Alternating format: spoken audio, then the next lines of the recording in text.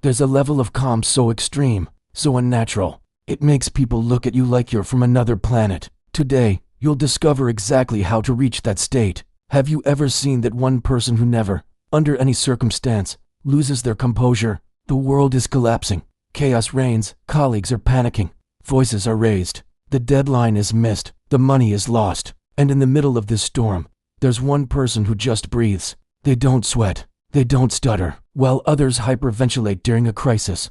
This person speaks like they're chatting with a friend at a cafe. People whisper about them. They ask, how does she stay so zen? Is he a psychopath? Does he not care? But they're wrong. It isn't apathy. It's an ancient psychological system created by the most legendary samurai in Japanese history. A system that produces this exact, seemingly impossible serenity. Miyamoto Musashi called it Gorin no Sho, the Book of Five Rings. But this isn't just a book on sword fighting. It's a manual on how to transform your mind into an impenetrable fortress. When you apply this system to your modern life, you will never again lose control in a stressful situation. But there's a warning. This isn't about relaxing or finding your happy place. It's about something much deeper, much darker, and infinitely more powerful. It's about becoming completely unshakable. Before we unlock the 5 rings, subscribe to the channel, like the video, and comment on a situation where you wish you had remained colder under pressure. Now, let's enter the mind of the warrior. The story I'm about to tell you is true, though the name has been changed. It happened to a high-level executive we'll call John. On paper, John was brilliant, MBA from two top universities, genius-level IQ. But John had a fatal flaw. Every time the pressure mounted, he crumbled. A presentation to the board, his voice would shake. An important negotiation, his mind would go blank. A conflict with his team, an emotional outburst that ruined his authority. He tried everything. Breathing techniques, meditation apps, therapy. Nothing worked. Why? Because he was trying to control his emotions. He was trying to put a leash on a tiger. He didn't realize the goal isn't to control the tiger, it is to become someone the tiger fears. He remained a slave to his biology until he discovered why Miyamoto Musashi never lost a single duel. 60 times Musashi faced steel that wanted to kill him, and 60 times he walked away alive. It wasn't just his skill, it was something deeper. It was the void. Musashi wrote a sentence that changes everything. The mind should be like water. When water is calm, it reflects the moon perfectly. When it's agitated, it can't reflect anything. It distorts reality. But most people get this wrong. They think Musashi means be peaceful. He doesn't. He's talking about developing Fudoshin, the immovable mind. In Musashi's duels, men died in fractions of a second. There were no second chances, no timeouts. And in 60 duels, he never lost his composure once. He discovered something your brain hasn't grasped. Pressure is not real. It's not a physical object. Pressure is something you create inside your own skull. When you feel pressure, your primitive brain interprets the situation as a biological threat. It thinks the deadline is a predator. It thinks the angry client is a wolf. It releases cortisol and adrenaline, preparing you to fight or flee. You are not reacting to the meeting. You are reacting to what your primitive mind thinks the meeting is. You are fighting a ghost. He was facing the biggest moment of his career.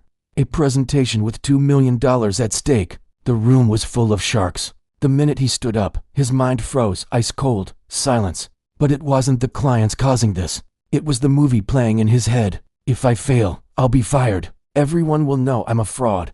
His brain reacted as if a tiger were lunging at his throat.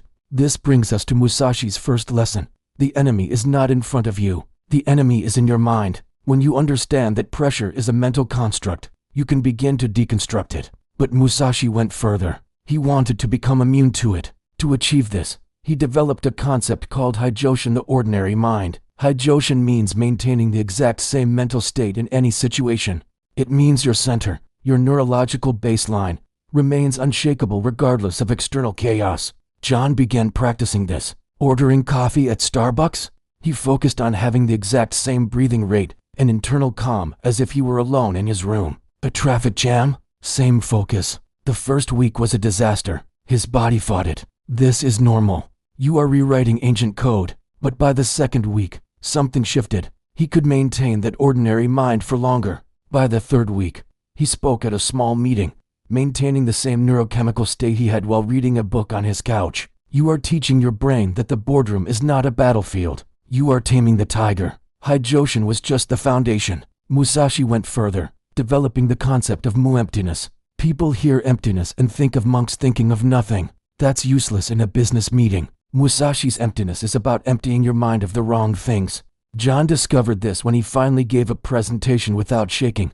But his mind was still cluttered. He was spending too much energy thinking, am I doing this right? Or do they like me? Musashi wrote, when the mind is filled with thoughts of fighting, there is no room for fighting. John began mental clearing. He filtered his reality through 3 simple questions. What do I need to do now? What do I need to know now? How do I need to be now? Anything that did not answer these 3 questions was incinerated. Worry about the outcome out. Fear of judgment out. Anxiety about the future out. All that remained was the task, the data, and the state of mind. This is the productive void. Even then, John felt resistance. That's when he applied Musashi's 3rd principle. The battle is won before it begins. Real preparation happens in the silence. He began ghost training. Every morning for 20 minutes, he didn't just meditate.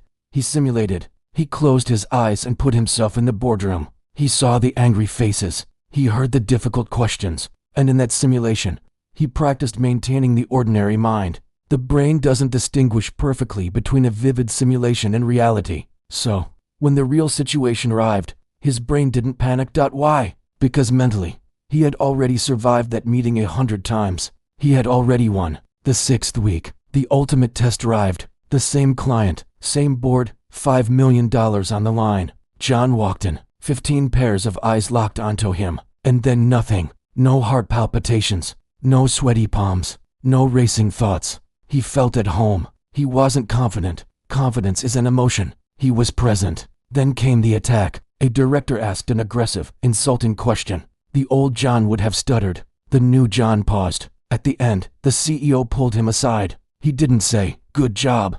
Intimidating. When your serenity makes other people uncomfortable, you've reached the level of the master. Your peace becomes a mirror that reflects their chaos back at them. Musashi understood something 400 years ago that applies to every negotiation today.